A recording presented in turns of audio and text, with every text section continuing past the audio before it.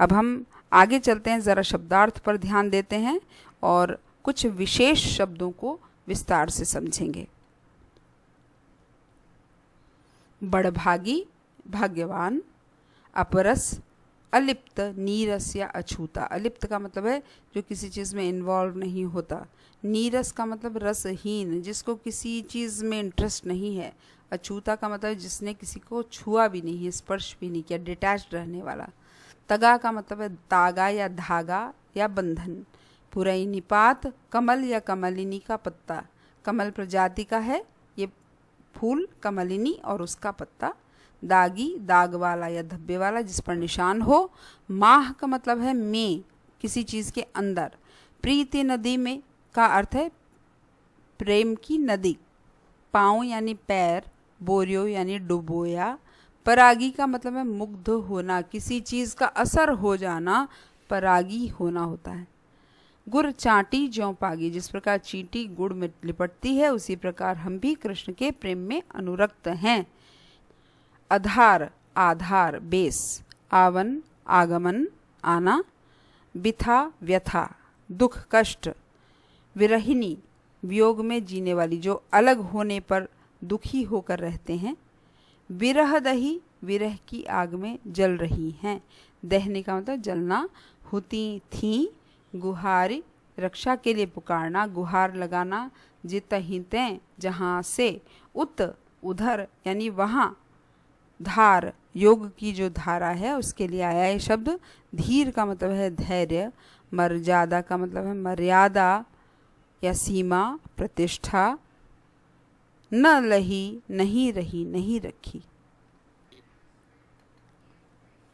हारिल, हारिल एक पक्षी है जो अपने पैरों में सदैव एक लकड़ी लिए रहता है, उसे छोड़ता नहीं है। नंदन, नंदन उर, यह दृढ़ करी पकड़ी। पूरे वाक्य को संक्षेप में लिखा गया यहाँ पर। नंदन नंदन कृष्ण को हमने अपने हृदय में बसाकर कसकर पकड़ा हुआ है। जकरी, रटती रहती हैं। सु, वह। व्याधि, रोग, पीड़ा पहुँचाने वाली वस्तु। करी यानी भोगा। तिनहि, उनको। मन चकरी, जिनका मन स्थिर नहीं रहता। मधुकर यानी भंवरा। उद्धव के लिए गोपिकाओं द्वारा प्रयुक्त ये संबोधन है। हुते का मतलब है थे। पठाए का अर्थ है भेजा, आगे के, पहले के। परहित, दूसरों के कल्याण के लिए। डोलत धाय, घूमते फिरते थे। फेर, फिर से। पाई हैं, पालेंगी। अनीति, अन्याय। ये अपने शब्दार्थ देखिए, इन्हें अच्छे से स्मरण कर लीजिए जिससे आपको पदों के अर्थ बिल्कुल स्पष्ट हो जाएं। अब कुछ विशेष शब्दों पर यहाँ थोड़ा विस्तार से समझा रही हूँ मैं। हारिल एक पक्षी के लिए आया है, उसके बारे में देखिए, इसका चित्र देखिए। सबसे पहले तो ये पिजन की स्पीसी का होता है, उसकी प्रजाति का होता है। हरे रंग का होता है ये, और इसकी पंजे में हमेशा एक लकड़ी का टुकड़ा रहता है। यह पीली टांगों वाला हरे रंग का कबूतर की जाति का पक्षी है, जिसे हरियल, हारीत इसको संस्कृत भाषा में कहा जाता है, या कॉमन ग्रीन पिजन अंग्रेजी में कहा जाता है। यह पक्षी भारत में घने पेड़ों वाले क्षेत्रों में पाया जाता है। हारिल की लकड़ी लोक में मुहावरे के रूप में प्रचलित है। ये मुहावरा ही बन गया, जब कोई किसी को बिल्कुल छोड़े ही ना, तब हारिल की लकड़ी मुहावरे का प्रयोग होता है। पुरैनिपात, कमलिनी का पत्ता। देखिए यहाँ चित्र, कमल की प्रजाति की कमलिनी होती है, उसके से काफ़ी छोटे आकार की होती है और उसके पत्ते कमल के समान होते हैं। इस पर आप देख रहे हैं पानी के निशान, लेकिन फिर भी ये पत्ता इतना चिकना होता है कि इसके ऊपर उसका कोई असर नहीं होता। तो यही समझाया गया है। कमलिनी का पत्ता कमल की प्रजाति का एक फूल जो सफ़ेद रंग का होता है। कमल सूर्योदय के साथ खिलता है और सूर्यास्त के साथ मुंद जाता है, लेकिन कमलिनी इसके विपरीत सूर्यास्त के साथ खिलती है और सूर्योदय के साथ मुंद जाती है। ये ध्यान रखिए, दोनों का स्वभाव थोड़ा थोड़ा अंतर के साथ यहाँ समझाया गया है। कमल सूर्योदय के साथ खिलता है और सूर्यास्त के साथ बंद हो जाता है। कमलिनी सूर्यास्त के साथ खिलती है और सूर्योदय पर बंद हो जाती है। इसका पत्ता भी कमल के समान चिकना होता है, इसलिए इसके ऊपर पानी का कोई असर नहीं होता। यहाँ आप पत्ते के द्वारा देख सकते हैं कि उसकी कितनी चिकनाहट है। तेल की गागरी, तेल का घड़ा, घड़े को लंबे समय तक चलाने के लिए उसे तेल से चुपड़ दिया जाता है, जिससे उस पर पानी का कोई प्रभाव नहीं पड़ता। यहाँ गोपियाँ उद्धव को व्यंग में चिकना घड़ा भी कह रही हैं। ये स्पष्ट है आप लोगों को। अब आता है छंद। मैंने आपको बताया था ये सूरदास के जो पद हैं ये छंद का एक रूप हैं, एक प्रकार हैं। तो छंद क्या होता है ये समझते हैं। छोटी छोटी अथवा छोटी बड़ी ध्वनियाँ जब एक व्यवस्था के साथ सामंजस्य प्राप्त करती हैं तब उसे एक शास्त्रीय नाम छंद दे दिया जाता है। देखिए कविताएं जो हैं वो अक्षरों से और मात्राओं से बनती हैं, और ये जो चाहे उनकी छोटी ध्वनियाँ हो, छोटी का मतलब है जैसे अ है, ई है, उ है, जो एक मात्रा वाले अक्षर होते हैं वो छोटी ध्वनियाँ कहलाती हैं। लेकिन जो बड़ी ध्वनियाँ हैं जैसे बड़ी ई, बड़ा ऊ, ये सब बड़ी ध्वनियाँ हैं। तो इनको कविता में इस ढंग से लगाया जाता है कि उसकी एक व्यवस्था बन जाती है, एक सिस्टमेटिक वे में लगाया जाता है, और उससे उनमें तालमेल, सामंजस्य पैदा होता है, एक बड़ी अच्छी हार्मनी पैदा हो जाती है। तब उसे एक शास्त्रीय नाम दिया जाता है छंद। तो हमारे यहाँ शास्त्र उन ग्रंथों को कहा जाता है जहाँ पर एक साथ कुछ नियम दिए जाते हैं। तो जो काव्य लिखने का शास्त्र है उसमें ऐसी सिंक्रोनाइजेशन को छंद कहा जाता है, जब मात्रा अथवा वर्णों की संख्या विराम, गति, लय तथा तुक आदि के नियमों से युक्त कोई रचना होती है। इस छंद अथवा पद, इसे छंद और पद्य कहते हैं। इसी को वृत्त भी कहा जाता है। अब देखिए छंद को वृत्त नाम दिया जाता है, बाकी जो कविता होती है उसमें छंद को पद्य भी कहा जाता है। तो इसमें क्या होता है, मात्राओं और वर्णों की संख्या निश्चित होती है। बड़े मैथमेटिकल ब्रेन के साथ छंद तैयार किया जाता है, तो उनकी संख्या होती है। और विराम का मतलब कहाँ पे कविता में गाते गाते रुकना है, कहाँ पर गति देनी है, यानी कहाँ पर लगातार गाना है, उसमें एक लय है, एक रिदम है। और तुक का मतलब होता है कहाँ पे राइमिंग ठीक बैठ रही है वर्ड्स की। इन सब का ध्यान देकर छंद को तैयार किया जाता है। अब आते हैं हम प्रश्नोत्तर पर। यहाँ से प्रश्नोत्तर प्रथम, गोपियों द्वारा उद्धव को भाग्यवान कहने में क्या व्यंग्य निहित है? गोपियों द्वारा उद्धव को भाग्यवान कहने में यह व्यंग्य निहित है कि उद्धव वास्तव में भाग्यवान न होकर अति भाग्यहीन है। पढ़ते हुए हमने समझा था कि यहाँ पर गोपिकाएं उन पर व्यंग्य कर रही हैं। वो असल में कहना चाहती हैं कि उद्धव की जो किस्मत है वो खराब है। वे कृष्ण रूपी सौंदर्य तथा प्रेम के स्वामी के सामीप्य में रहते हुए भी उस असीम आनंद से वंचित हैं। क्या उनकी से भूल हो रही है कि वो कृष्ण जैसे साक्षात ईश्वर के साथ रह रहे हैं, प्रेम के स्वामी के साथ रह रहे हैं। सामीप्य का मतलब समीपता, निकटता, पास, एकदम पास रहकर भी उनकी भक्ति के असीम आनंद से, जिसकी कोई सीमा ना हो, इतनी खुशी उन्हें जो मिल सकती है उससे वो वंचित हैं, महरूम हैं। उनको वो प्रेम मिल ही नहीं पा रहा है, वो आनंद नहीं मिल पा रहा है। वे प्रेम बंधन में बंधने एवं मन के प्रेम में अनुरक्त होने की सुखद अनुभूति से पूर्णतया अपरिचित है। उनको पता ही नहीं है कि ये जो प्रेम का बंधन है वो कितना सुखद होता है, कितना खुशी देता है। और जब हमारे मन में किसी के लिए प्रेम जागता है तो उस भावना से, उस अनुभूति से पूर्णतया अपरिचित, एकदम इग्नोरेंट है, उनको पता ही नहीं है। दूसरा प्रश्न, उद्धव के व्यवहार की तुलना किस किस से की गई है? आपको ध्यान होगा पहला पद पढ़ा था हमने, उसमें दो चीज़ों से उनका कंपैरिजन किया गया था। पहली चीज़ है कमल के पत्ते से की गई है, उनकी उपमा दी गई है, जो जल में रहते हुए जल से अछूता रहता है, अलग रहता है, अर्थात जल का प्रभाव उस पर नहीं पड़ता। श्री कृष्ण का सानिध्य पाकर भी वे श्री कृष्ण के प्रभाव से मुक्त हैं। उनका कहना है कि कृष्ण के सानिध्य में, उनके एकदम साथ रहकर भी वो कृष्ण के असर से मुक्त हैं, यानी उन पर कृष्ण का असर ही नहीं हुआ। दूसरी बात क्या कहना चाहते हैं कि जल के मध्य रखे हुए तेल के गागर की तरह उद्धव, जिस पर जल के एक बूंद का टिकना तक नहीं होता, उद्धव पर श्री कृष्ण का प्रेम और अपना प्रभाव नहीं छोड़ पाया, फिर भी वे ज्ञानियों की तरह व्यवहार कर रहे हैं। जो अधिक ज्ञानी भक्त होता है वो अपने ज्ञान में इतना खोया हुआ होता है कि वो ईश्वर तक नहीं पहुंच पाता। ऐसा ही उद्धव के साथ है। तो ये दो तुलनाएं उद्धव की गई हैं। अगला प्रश्न, गोपियों ने किन किन उदाहरणों के माध्यम से उद्धव को उलाहने दिए हैं? गोपियों ने कमल के पत्ते और तेल की गागर जैसे उदाहरणों के माध्यम से उद्धव को उलाहने दिए। अभी पिछले प्रश्न में ही हमने किया। उनका कहना है कि वे कृष्ण के निकट रहते हुए भी प्रेम नदी में उतरे तक नहीं हैं, अर्थात साक्षात प्रेम स्वरूप कृष्ण के पास रहकर भी वे उनके प्रेम से वंचित हैं, उनसे महरूम हैं। यानी उन्होंने यहाँ पे एक और अतिरिक्त बात बताई गई कि प्रेम की नदी में वो कभी उतरे नहीं, कभी पाँव तक नहीं भिगोया। वो क्या जाने कि सच्चा प्रेम क्या होता है ईश्वर से।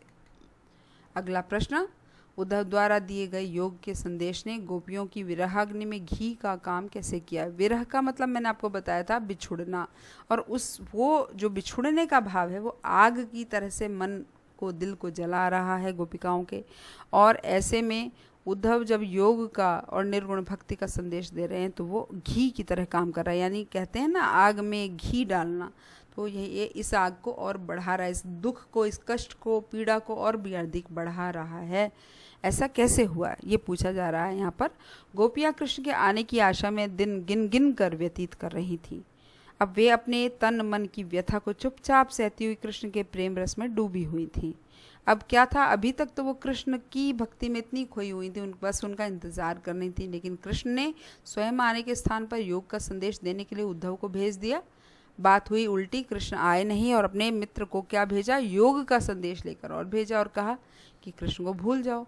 विरह की अग्नि में जलती हुई गोपियों को जब उद्धव ने कृष्ण को भूल जाने और योग साधना करने का उपदेश देना प्रारंभ किया, तब गोपियों की विरह वेदना और भी बढ़ गई। कृष्ण को वो कैसे भुला सकती, उनका दुख तो और भी बढ़ गया। इस प्रकार उद्धव द्वारा दिए गए योग के संदेश ने गोपियों की विरह अग्नि में घी का काम किया, उनके कष्ट को और भी अधिक बढ़ा दिया। अगला प्रश्न, मर्यादा न लही के माध्यम से कौन सी मर्यादा न रहने की बात की जा रही है? मर्यादा न लही के माध्यम से प्रेम की मर्यादा न रहने की बात की जा रही है। क्या कहा जा रहा है कि कृष्ण ने प्रेम की मर्यादा, अपनी सीमाओं को, अपने कर्तव्य को उन्होंने याद नहीं रखा। कृष्ण के मथुरा चले जाने पर गोपियाँ उनके वियोग में जल रही थीं। कृष्ण के आने पर ही उनकी विरह वेदना मिट सकती थी, परंतु कृष्ण ने स्वयं न आकर उद्धव को यह संदेश देकर भेज दिया कि गोपियाँ कृष्ण का प्रेम भूलकर योग साधना में लग जाएं। वो तो इंतजार कर रही थी कृष्ण का, कृष्ण स्वयं तो आए नहीं, उद्धव को भेज दिया और उद्धव ने भी आकर क्या कहा कि कृष्ण को भूलकर तुम योग साधना में लग जाओ। प्रेम के बदले प्रेम का प्रतिदान ही प्रेम की मर्यादा है। सच्ची मर्यादा नियम क्या है कि यदि हमें कोई प्रेम करता है तो हम भी उसे बदले में प्रेम दें। लेकिन कृष्ण ने गोपियों के प्रेम रस के उत्तर में योग की शुष्क धारा भेजी। कहाँ तो वो भक्ति रस और प्रेम रस से भरा हुआ उनका भाव, और बदले में क्या भेजा कृष्ण ने, योग की सूखी नीरस धारा। जैसे किसी नदी के अंदर, बरसाती नदियों में बरसात के अतिरिक्त अन्य सीजन्स में पानी ख़त्म हो जाता है, सूख जाती है वो नदियाँ, ऐसी सूखी धारा थी योग की। यानी उसमें कुछ मज़ा नहीं था, कुछ रस ही नहीं था। इस प्रकार कृष्ण ने प्रेम की मर्यादा नहीं रखी। वापस लौटने का वचन देकर भी वे गोपियों से मिलने नहीं आए। उन्होंने ध्यान ही नहीं रखा कि हम क्या कह के गए थे, वादा करके गए थे यहाँ आने का, लेकिन वो नहीं आए, तो उन्होंने अपनी मर्यादा भुला दी है। अगला प्रश्न, कृष्ण के प्रति अपने अनन्य प्रेम को गोपियों ने किस प्रकार अभिव्यक्त किया? अनन्य प्रेम हारिल के उदाहरण के माध्यम से गोपियों ने कहा था, आपको याद होगा मैंने बताया था, गोपियों ने कृष्ण के प्रति अपने अनन्य प्रेम को हारिल पक्षी के उदाहरण के माध्यम से अभिव्यक्त किया है। उन्होंने अपने को हारिल पक्षी व श्री कृष्ण को लकड़ी की भांति बताया है। जिस प्रकार हारिल पक्षी सदैव अपने पंजे में कोई लकड़ी अथवा तिनका पकड़े रहता है, उसे किसी भी दशा में नहीं छोड़ता, उसी प्रकार गोपियों ने भी मन, कर्म और वचन से कृष्ण को अपने हृदय में दृढ़ता पूर्वक बसा लिया है। इसे हमने बहुत विस्तार से पढ़ा था, आपको ध्यान होगा। कृष्ण को गोपिकाओं ने हारिल के पंजे की लकड़ी के समान माना है। जैसे हारिल लकड़ी को पकड़े रहता है, ऐसे ही गोपियों ने कृष्ण को हृदय में दृढ़ता पूर्वक बसा लिया है। वे दिन रात कृष्ण की रट लगाती रहती हैं। साथ ही गोपियों ने अपनी तुलना उन चींटियों के साथ की है जो गुड़ पर चिपटी रहती हैं। उसी प्रकार गोपिकाएं कृष्ण प्रेम में लिप्त हैं। जैसे गुड़ में चींटी चिपक जाती है, वैसे ही गोपिकाएं कृष्ण के प्रेम में पूरी तरह से लीन हो चुकी हैं। अब वो उससे छूट नहीं सकती। गोपियों ने उद्धव से योग की शिक्षा कैसे लोगों को देने की बात कही है। गोपियों ने उद्धव को योग की शिक्षा ऐसे लोगों को देने के लिए कहा है जिनका मन सदैव संसार में भटकता रहता है, जिनके मन में चक्री होती है। आपको ध्यान होगा, मैंने बताया था उद्धव अपने योग के संदेश में मन की एकाग्रता का उपदेश देते हैं। क्या कहते हैं वो कि मन को एकाग्र करो, मन को फोकस करो। परंतु गोपियों का मन तो कृष्ण के अनन्य प्रेम में पहले से ही एकाग्र है, वो तो पहले से ही फोकस्ड है। उनका ध्यान तो केवल और केवल कृष्ण में है और कहीं है ही नहीं। इसलिए गोपियों का कहना है कि हमें क्या सिखा रहे हो ये बात, हम तो पहले से केवल कृष्ण में ध्यान लगाए हुए हैं। इस प्रकार योग साधना का उपदेश उनके लिए निरर्थक है, बेकार है, फ्यूटाइल है। अगला प्रश्न, प्रस्तुत पदों के आधार पर गोपियों का योग साधना के प्रति दृष्टिकोण स्पष्ट कीजिए। बताइए कि उनका जो व्यू है वो क्या है योग साधना के लिए। प्रस्तुत पदों में योग साधना के ज्ञान को निरर्थक बताया गया, बेकार का बताया गया। यह ज्ञान गोपियों के लिए अनुपयोगी है, वेस्ट है एक तरह से। उनके अनुसार यह ज्ञान उनके लिए कड़वी ककड़ी के समान है। सूरदास जी गोपियों के माध्यम से आगे कहते हैं कि ये एक बीमारी है, व्याधि कहा है सूरदास ने, वो भी ऐसा रोग जिसके बारे में तो उन्होंने पहले कभी न सुना है और न कभी देखा है, इसलिए उन्हें इस ज्ञान की आवश्यकता नहीं है। वो कह रही हैं कि हमने कभी योग के माध्यम से ईश्वर प्राप्ति होते नहीं देखी, इसलिए हमें ज़रूरत ही नहीं है इसकी, हम तो अपनी भक्ति से ही बड़े खुश हैं। अगला प्रश्न, गोपियों के अनुसार राजा का धर्म क्या होना चाहिए। गोपियों के अनुसार राजा का धर्म अपनी प्रजा की हर तरह से रक्षा करना और नीति से राजधर्म का पालन करना है। क्या काम करना चाहिए राजा को? प्रजा की रक्षा करनी चाहिए और न्याय के अनुसार, नीति के अनुसार राजा के धर्म का पालन करना चाहिए। एक राजा तभी अच्छा कहलाता है जब वह अनीति का साथ न देकर न्याय का साथ देता है। राजा वही अच्छा होता है जो अन्याय ना होने दे अपने प्रजा के साथ, बल्कि न्याय का साथ दे। गोपियों को कृष्ण में ऐसे कौन से परिवर्तन दिखाई दिए जिनके कारण वे अपना मन वापस पा लेने के लिए बात कहती हैं। गोपियों को लगता है कि कृष्ण ने अब राजनीति सीख ली है, उनकी बुद्धि पहले से भी अधिक चतुर हो गई है। पहले तो चतुर थे ही, अब राजनीति पढ़कर और चतुर हो गए हैं। पहले वे प्रेम का बदला प्रेम से चुकाते थे, परंतु अब प्रेम की मर्यादा भूलकर योग का संदेश देने लगे हैं। कृष्ण पहले दूसरों के कल्याण के लिए समर्पित रहते थे, पहले तो वो डिवोटेड रहते थे, किसी का भी भला करने को तैयार रहते थे, परंतु अब अपना भला ही देख रहे हैं, स्वार्थ देख रहे हैं। उन्होंने पहले दूसरों के अन्याय से लोगों को मुक्ति दिलाई है, परंतु अब नहीं दिलाते। वो पहले अन्याय से प्रजा की रक्षा करते थे, अब नहीं करते। श्री कृष्ण ने गोपियों से मिलने के स्थान पर योग की शिक्षा देने के लिए उद्धव को भेज दिया। कृष्ण ने तो प्रेम तो भुला ही दिया, साथ ही साथ उद्धव को और योग की शिक्षा देकर भेजा है हमारे लिए। श्री कृष्ण के इस कदम से गोपियों के मन और भी आहत हो गए हैं। आहत का मतलब उन्हें चोट पहुंची है, घायल हो गए हैं उनके मन। कृष्ण में आए हुए इन परिवर्तनों को देखकर गोपियां अपने मनों को श्री कृष्ण के अनुराग से वापस लेना चाहती हैं। वो चाहती हैं कि जो कृष्ण के प्रेम के कारण हमने अपने मन उनको सौंप दिए थे, वो मन हमको वापस चाहिए। अगला प्रश्न, गोपियों ने अपने वाक्चातुर्य के आधार पर ज्ञानी उद्धव को परास्त कर दिया। उनके वाक्चातुर्य की विशेषताएं लिखिए। वाक्चातुर्य क्या होता है ज़रा समझ लीजिए।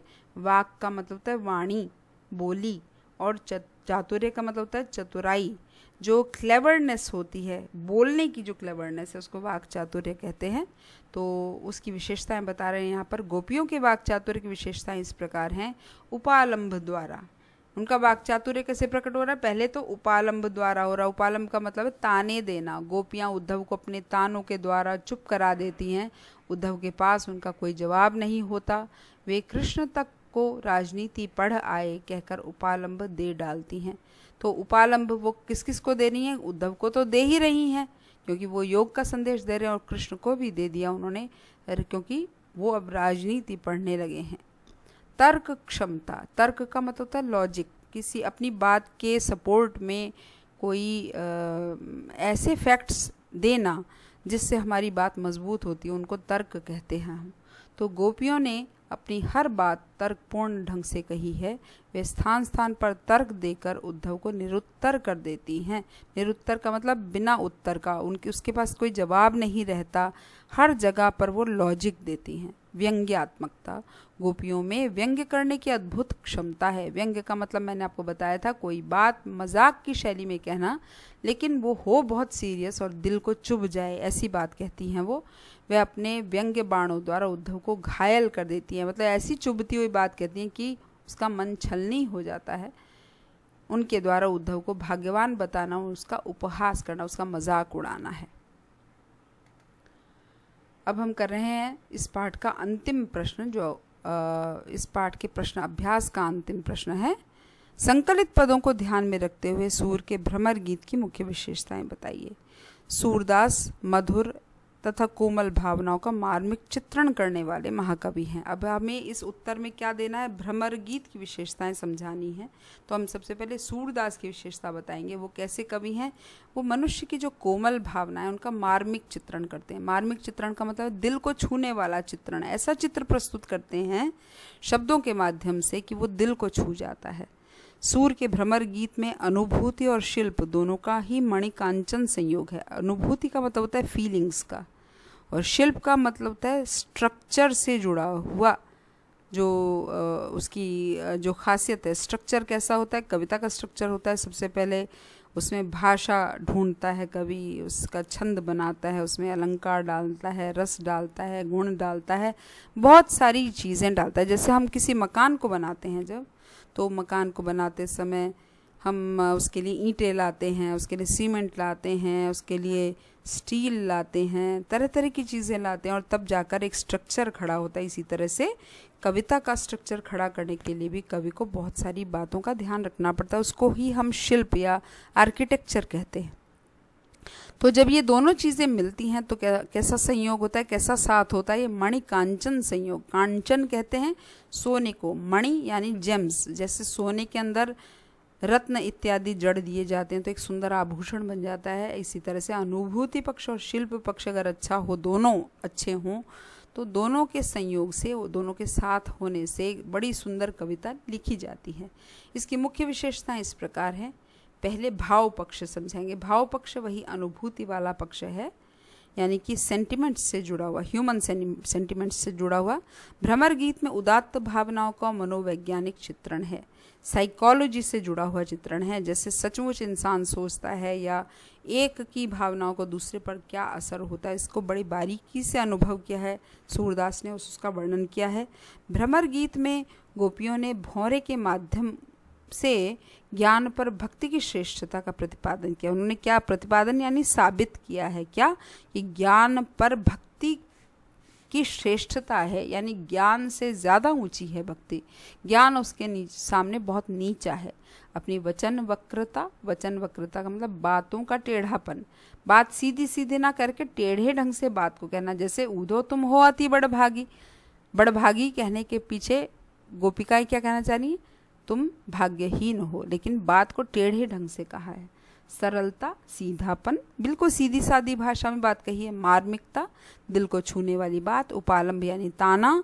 व्यंग्यात्मकता यानी चुभती हुई बात कहना। तर्क शक्ति यानी लॉजिक से अपनी बात को पेश करना आदि के द्वारा उन्होंने उद्धव के ज्ञान योग को तुच्छ सिद्ध किया। तुच्छ का मतलब घटिया सिद्ध किया। किसके सामने? अपनी भक्ति के सामने। भ्रमर गीत में सूरदास ने विरह के समस्त भावों को स्वाभाविक एवं मार्मिक व्यंजना के साथ प्रस्तुत किया है। भ्रमर गीत में जितने भी भाव हैं, विरह का मतलब है कृष्ण से बिछुड़ने का जो गोपिकाओं का भाव है, उसको बड़े स्वाभाविक ढंग से, बड़े नेचुरल ढंग से प्रस्तुत किया है और बड़े मार्मिक ढंग से प्रस्तुत किया है। व्यंजना का मतलब है उसके अर्थ बहुत लंबे समय तक समझ आते रहते हैं, तो दिल को छूने वाला है इसका सारा वर्णन। इसके अंदर कला पक्ष है। कला पक्ष में मैंने अभी आपको बताया था, शिल्प पक्ष को ही कला पक्ष कहते हैं, जो उसकी आर्किटेक्चर से जुड़ता है। भ्रमर गीत का कला पक्ष अत्यंत सशक्त और प्रभावशाली है। इसके अंदर बहुत शक्तिशाली ढंग से और प्रभाव डालने के की कला के साथ में इसका कला पक्ष सूरदास ने तैयार किया है। इसमें सबसे पहले आती है भाषा शैली। भ्रमर गीत में शुद्ध साहित्यिक ब्रज भाषा का प्रयोग हुआ है। देखिए, एक भाषा होती है बोलचाल की भाषा, जो आम लोग आपस में बोलते हैं, लेकिन जब लिटरेचर में उसी भाषा का प्रयोग होता था तो वो साहित्यिक भाषा, क्लासिक लैंग्वेज बन जाती है, लिटरेरी लैंग्वेज बन जाती है। इसलिए यहाँ पे साहित्यिक ब्रज भाषा का प्रयोग हुआ है। यहाँ पर अलंकार हैं, आप 9th में कई अलंकार पढ़े हैं। इन नामों को आप देखिए और फिर इन कविताओं के अंदर इन अलंकारों को खोजेंगे हम। सूरदास ने भ्रमर गीत में अनुप्रास, उपमा, दृष्टांत, रूपक, व्यतिरेक, विभावना, अतिशयोक्ति आदि अनेक अलंकारों का सुंदर प्रयोग किया है। छंद विधान, छंद जैसे पद को हमने छंद के रूप में समझा, उसका विधान, उसका प्रयोग कैसे हुआ है। भ्रमर गीत की रचना पद छंद में हुई है। इसके पद स्वयं में स्वतंत्र भी हैं और परस्पर संबंधित भी हैं। ये देखिए, एक अनोखी विशेषता है कि इसमें जितने भी पद हैं वो अपने आप में इंडिविजुअल यूनिट के रूप में भी हैं, लेकिन सब एक दूसरे से जुड़े भी हुए हैं, क्योंकि कहानी एक सी चल रही है। पूरे भ्रमर गीत प्रसंग में एक ही स्टोरी लाइन है, इसलिए एक दूसरे से अटैच्ड भी हैं, लेकिन सब अलग अलग डिफरेंट यूनिट भी हैं। आखिरी पॉइंट देखिए, संगीतात्मकता। सूरदास कवि होने के साथ साथ सुप्रसिद्ध गायक थे। ये ध्यान रखिए, सूरदास जो थे वो बहुत उच्च कोटि के गायक थे। संगीत का बड़ा ज़बरदस्त ज्ञान था उनको, और इसीलिए उन्होंने कुछ रागों की सृष्टि भी की है, राग बनाए हैं कुछ। यही कारण है कि भ्रमर गीत में भी संगीतात्मकता का गुण सहज ही दृष्टिगत होता है, यानी हम इन पदों को गा सकते हैं, उनके अंदर संगीत जुड़ा हुआ है। तो ये थे भ्रमर गीत के सभी विशेषताएं और सभी गुणों का यहाँ पर पॉइंट वाइज आपको विश्लेषण दिया गया। इसके साथ ही सूरदास के पदों के प्रश्न अभ्यास समाप्त होते हैं। हमने सभी प्रश्नों पर विचार किया। हमने शुरू में सूर के परिचय से हम परिचित हुए, उसके बाद में हम उनके भ्रमर गीत प्रसंग से परिचित हुए। सभी पदों को हमने विस्तार से पढ़ा, शब्दार्थ पढ़े, विशेष टिप्पणियाँ जानी, और अब हम इन प्रश्नोत्तरों के साथ इस पाठ को यहाँ पर समाप्त करते हैं। धन्यवाद।